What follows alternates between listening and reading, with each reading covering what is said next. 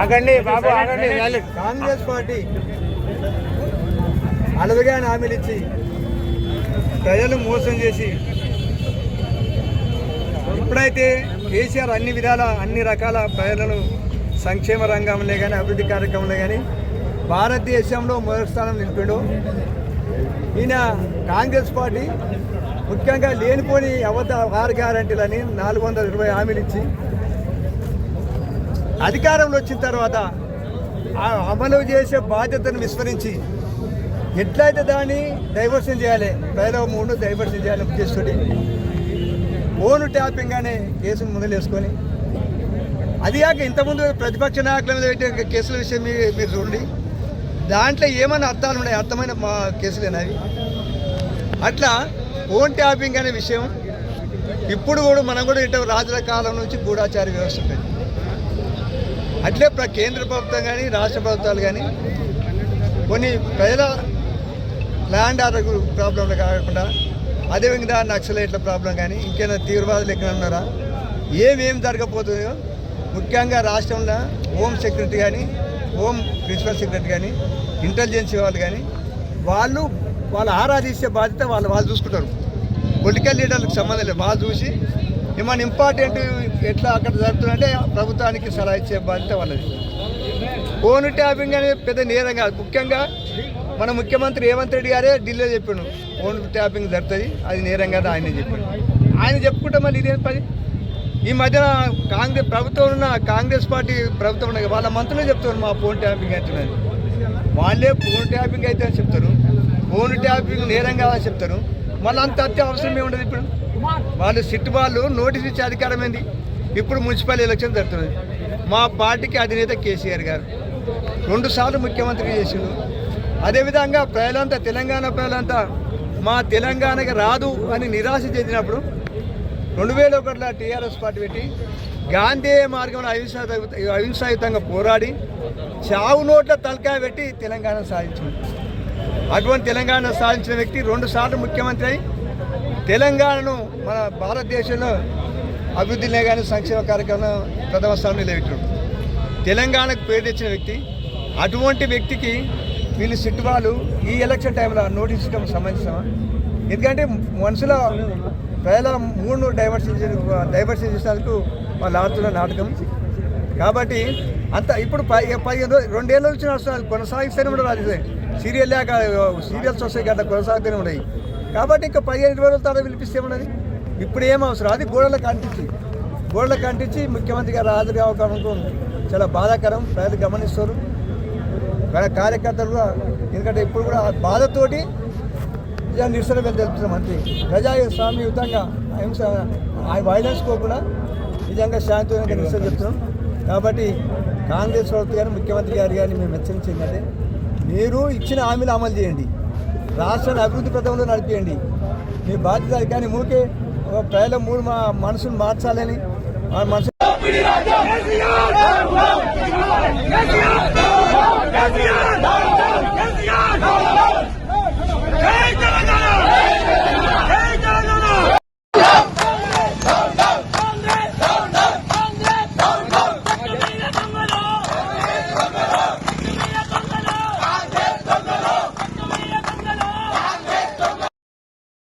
ఉంటారా 500 2000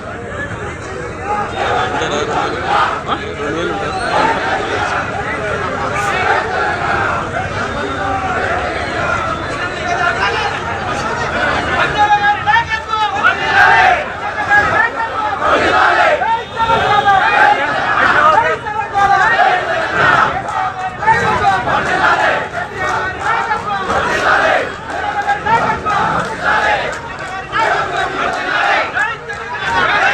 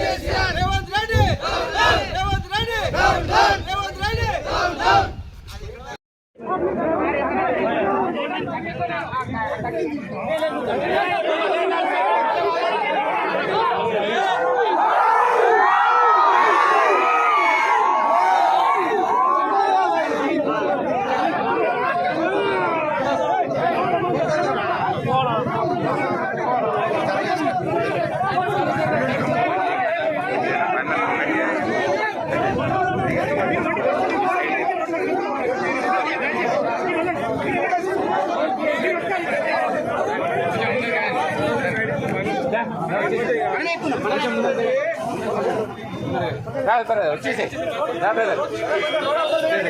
కొంచెం సైడ్కి ఉంటుంది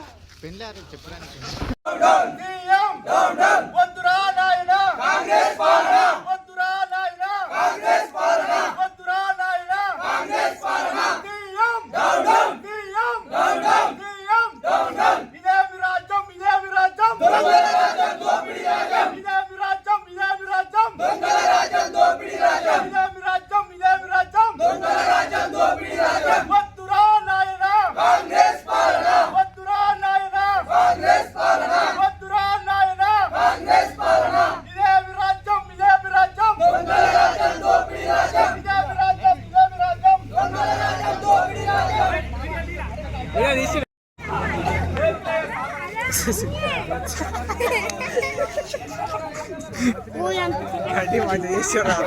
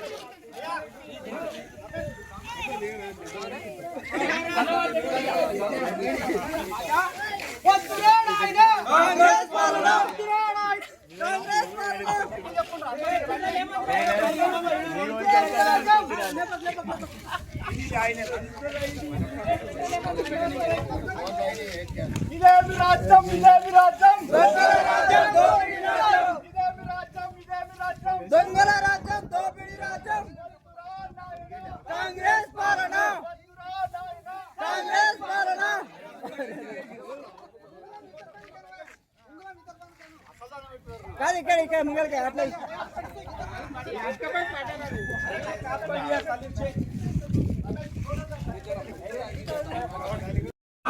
సీఎం కాంగ్రెస్ కాంగ్రెస్ కాంగ్రెస్ కేసీఆర్ గారి నాయకత్వం కేసీఆర్ గారి నాయకత్వం రైతు బాంధవుడు కేసీఆర్ గారి నాయకత్వం కేసీఆర్ గారి నాయకత్వం CM CM CM Congress Congress Congress KCR గారిపై ఎత్తిన కేసులను, కేసీఆర్ గారిపై అక్రమ కేసులను, కేసీఆర్ పైన అక్రమ కేసులను కాంగ్రెస్ కాంగ్రెస్ కాంగ్రెస్ సీఎం సీఎం ఇదేమి రాజ్యం ఇదేమి రాజ్యం దొంగల రాజ్యం దోపిడీ రాజ్యం ఇదేమి రాజ్యం దోపిడీ రాజ్యం ఇదేమి రాజ్యం ఇదేమి రాజ్యం దొంగల రాజ్యం దోపిడీ రాజ్యం ఇదేమి రాజ్యం ఇదేమి రాజ్యం దొంగల రాజ్యం దోపిడీ రాజ్యం Congress down down Congress down down Congress down down CM down down CM